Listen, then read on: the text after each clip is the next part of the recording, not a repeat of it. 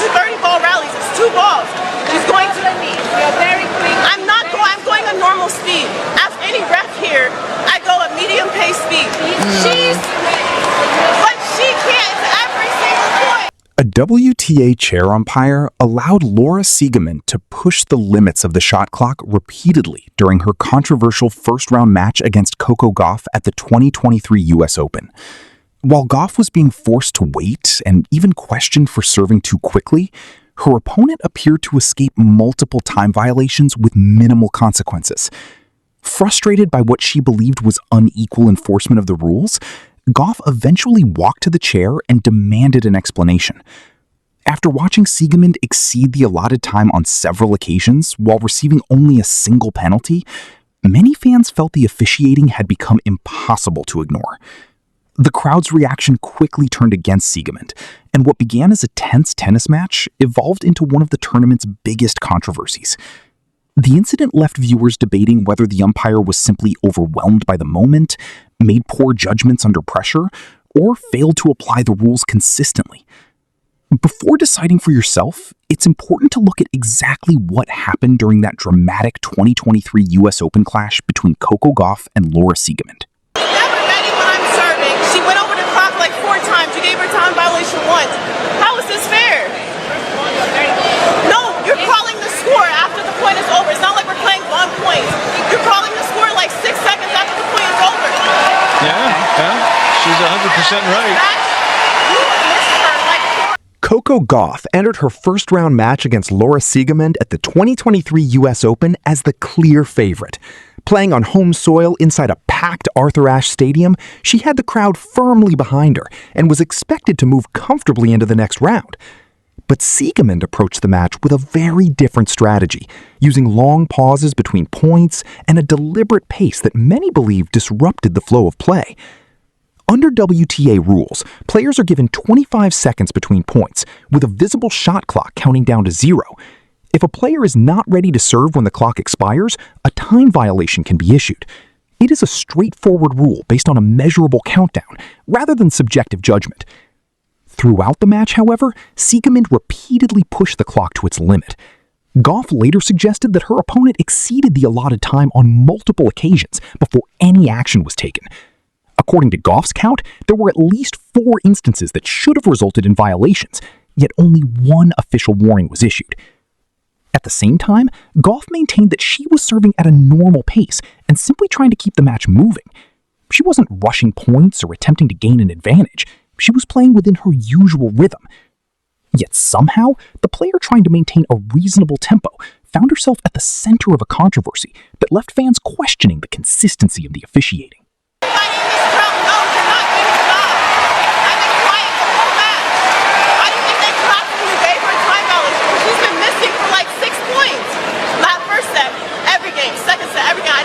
But now it's ridiculous. I don't care what she's doing on her serve, but my serve, she has to be ready. Okay, well said. As if she didn't have the crowd on her side enough. Well, she spoke her piece. Yeah. By the third set, Coco Gauff had reached her breaking point. Frustrated by what she saw as inconsistent enforcement of the shot clock rules, she walked directly to the chair umpire and voiced her concerns. Gauff pointed out that Laura Siegemund had exceeded the time limit multiple times, yet had received only a single violation. She argued that she was simply playing at her normal tempo and could not understand why the rules seemed to be applied differently to each player. Her comments were not an emotional outburst, but a direct challenge to what she believed was unfair officiating. The fact that she felt compelled to ask for equal treatment highlighted just how much tension had built throughout the match. Eventually, the umpire took stronger action and issued Siegemund a point penalty for another shot clock violation, a decision that gave Gauff a commanding 5-1 lead in the deciding set. But the controversy did not end there. Moments later, Siegemund approached the chair herself and complained that Gauff was serving too quickly. The situation had now come full circle, with both players questioning the officiating, turning an already tense contest into one of the most talked about moments of the tournament. We're playing 25 minutes this game. No, but a little bit mercy. I mean, every umpire is doing that. No, you don't, and we know it. You're smiling even. Sigismund defended herself by arguing that Gauff was serving extremely fast and that she occasionally needed extra time, including moments when she went to retrieve her towel between points. That explanation only added more fuel to the controversy. Critics pointed out the contradiction. While repeated delays and shot clock concerns had become a major issue throughout the match, the focus suddenly shifted to whether Gauff was playing too quickly, despite operating within the normal rhythm of professional tennis. From Gauff's perspective, she was simply following the pace she always uses, while her opponent was repeatedly slowing the match down. The shot clock exists to keep play moving and to prevent excessive delays, yet much of the discussion during the match centered on the player trying to maintain that pace, rather than the player accused of repeatedly testing the time limits. The situation left many fans confused about how the rules were being interpreted and enforced. Following the match, Gauff addressed the controversy during her press conference, offering insight into the frustration she experienced and the challenges of trying to stay focused while dealing with a match that had become as much about officiating and timing disputes as it was about tennis itself. I was really patient the whole match. She was going over the time since the first set, and I never said anything. I would look at the umpire, and she didn't do anything. And then, obviously, the crowd started to notice that she was taking long, so you would hear people in the crowd yelling time or, doing the watch motion. It got to the point where she was doing it a lot on my serve, and my issue with that was the ref was calling the score like a couple seconds after the point was finished. So it made it look like I was serving abnormally fast, but that's where I was getting annoyed too. And it wasn't like we were having long rallies. So I was finally happy when the time violation came. But obviously on my serve, I was like, she has to be ready when I'm serving. After the match, Gauff explained that her frustration had been building for a long time. She said she had remained patient throughout the contest, even though she felt the time limit issues began as early as the opening set. Rather than immediately confronting the umpire, she initially looked toward the chair, expecting the rules to be enforced without her intervention. According to Gauff, she was also willing to be flexible and give her opponent extra time when necessary, particularly on Siegmund's service games. The problem, she said, was that the delays eventually became a recurring pattern and started affecting her own service games as well. What made the situation even more frustrating was her belief that the controversy wasn't solely about the shot clock. Gauff noted that the umpire was often slow to announce the score after points ended, creating delays before the next point could begin. As a result, it sometimes appeared as though she was serving unusually quickly, when in reality, she was maintaining her normal playing rhythm. That distinction was important because it shaped the perception of the match. The delayed score calls made it easier for critics to view Gauff as the player rushing the pace, while the larger issue of repeated delays became less visible. Whether the confusion resulted from poor officiating, miscommunication, or simple timing errors, the outcome was the same. Gauff felt she was being portrayed as the problem, despite believing she was following the rules and playing at the pace she always had. Open this set.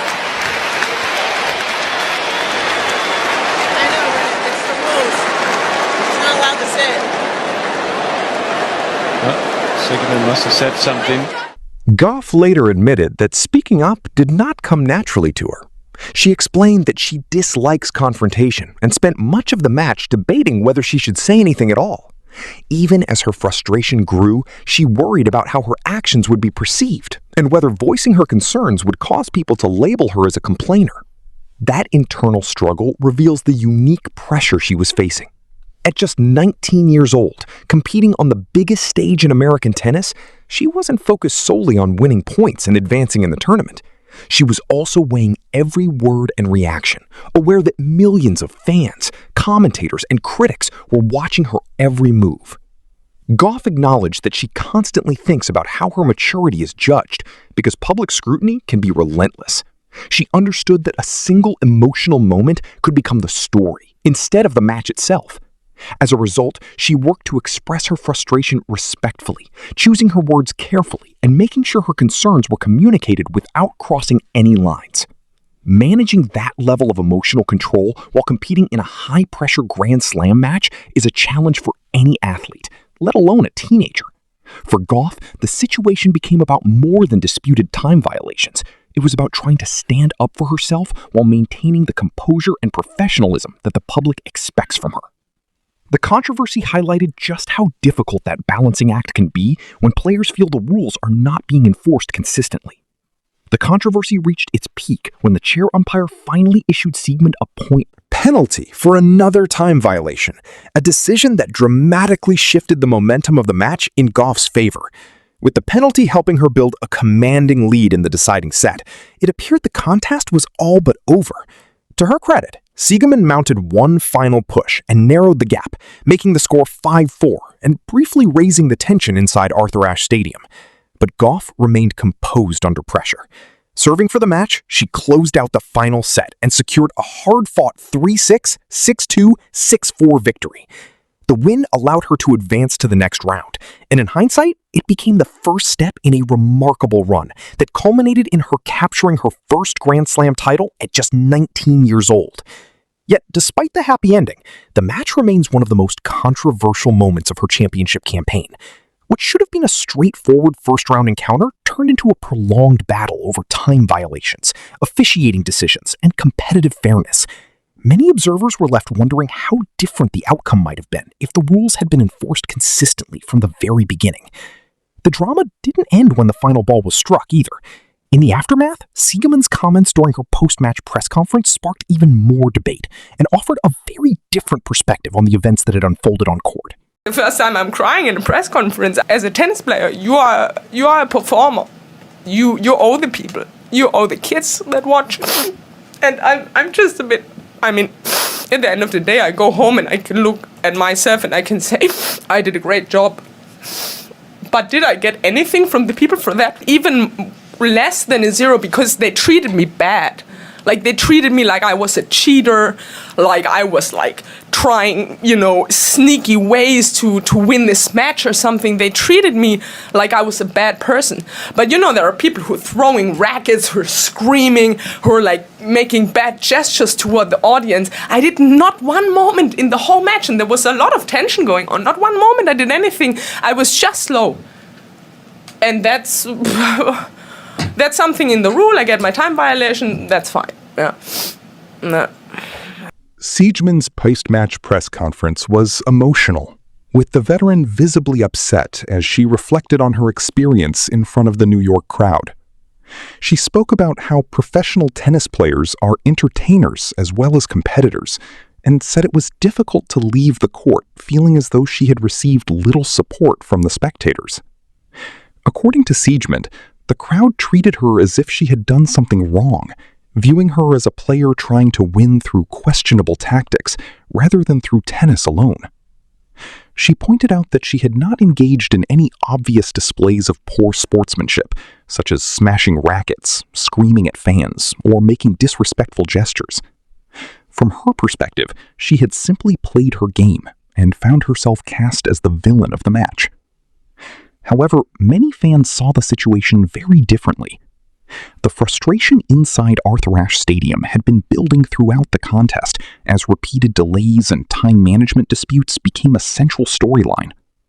For many spectators, the issue was not merely that play was moving slowly, but that the enforcement of the shot clock rules appeared inconsistent. As tensions grew, the crowd's reaction reflected their belief that the match was no longer being officiated evenly. By the end of the contest, the debate had shifted beyond tennis strategy and focused on questions of fairness, gamesmanship, and rule enforcement. While Siegemund felt unfairly judged by the audience, many supporters of Gauff believed their frustration stemmed from seeing a player repeatedly challenge the pace of the match, while the officiating struggled to address the controversy in a clear and consistent manner. One of Siegemund's most discussed post-match remarks came when she compared her treatment by the crowd to that of players who engage in more obvious displays of frustration, such as throwing rackets, shouting on court, or making gestures toward spectators. From her perspective, she had not crossed those lines, and therefore struggled to understand why the crowd reacted so negatively. But for many fans, that comparison missed the central issue entirely. The frustration inside Arthur Ashe Stadium was not primarily about her demeanor or emotional conduct. Instead, it centered on the repeated disputes over pace of play, time management, and the perception that the shot clock rules were not being enforced consistently throughout the match. As a result, many spectators viewed the controversy through the lens of competitive fairness rather than sportsmanship alone. The lasting impact of that match is evident in the fact that it continued to be referenced years later. When Coco Gauff and Laura Siegemund were scheduled to meet again at the 2025 Wuhan Open, commentators revisited their dramatic 2023 US Open encounter and the tensions that surrounded it.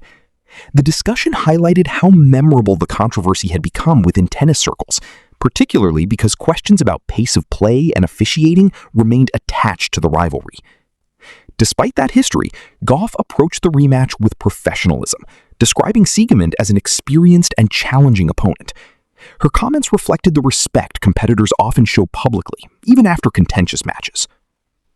At the same time, the 2023 US Open clash raised broader questions about tennis officiating. One of the biggest concerns was consistency. When rules involve measurable standards such as the shot clock, players and fans naturally expect them to be applied uniformly. Any perception that enforcement varies from one situation to another can quickly become a source of controversy. The debate surrounding Gauff and Siegemund ultimately became larger than a single match, sparking discussion about how officials should handle objective rules, how gamesmanship should be managed, and how tournaments can ensure that players on both sides feel they are being treated fairly.